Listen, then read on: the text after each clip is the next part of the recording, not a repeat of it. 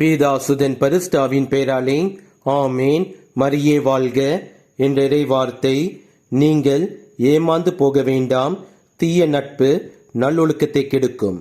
Do not be so deceived and misled.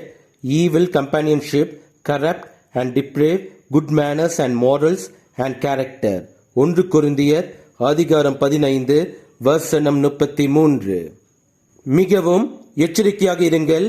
கெட்ட சகவாசங்கள், கெட்ட நட்பு நம்மை நிரந்தரமாக நம் கடவுள் இயேசு கிறிஸ்துவிடமிருந்து பிரித்துவிடும்.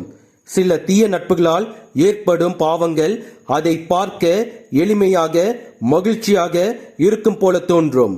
ஆனால் அந்த பாவம் உங்கள் ஆன்மாவை கொல்லக்கூடிய சாவான பாவங்களாக அமையும். கற்பின் தூய்மையை நாம் இழந்துவிட்டால் அதை எடை கொண்டு நாம் சரி செய்ய முடியும். ஒரு குடும்பத்தின் ஆணிவேர் நம்பிக்கை. கணவன் மனைவியிடத்தில் கொள்ளும் நம்பிக்கை, மனைவி கணவனிடத்தில் கொள்ளும் நம்பிக்கை. இந்த நம்பிக்கை உடைந்தால் அதை எடை கொண்டு சரி செய்ய முடியும். அதனால் மிகவும் எச்சரிக்கையாக, விழிப்பாக, கவனமாக இருங்கள். எந்த ஒரு பாவத்தில் விழுந்து விடாதபடி. உங்களை பாவத்தில் தள்ளிவிடும் தீய நட்பு உங்களை வாழ்க்கையில் தூக்கிவிட உதவாது. அதனால் எப்பொழுதும் நம் கடவுள் இயேசு கிறிஸ்துவிடத்தில் பாவத்தில் விழுந்து விடாதபடி எங்களை காக்க வேண்டும் என்று நாம் ஜெபிக்க வேண்டும். இயேசுவுக்கே புகழ். மரியே வாழ்க. ஆமேன். அமைதியின் தூதனாய் என்னையே மாற்றுமே, அன்பனே இறைவனே என்னிலே வாருமே. அமைதியின் தூதனாய் என்னையே மாற்றுமே.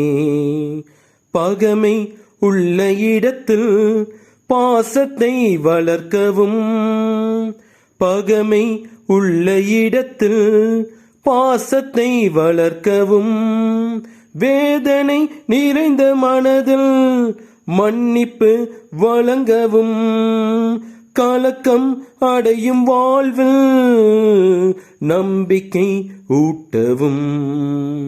அமைதியின் தூதனாய் என்னையே மாற்றுமே, அன்பனே இறைவனே என்னிலே வாருமே.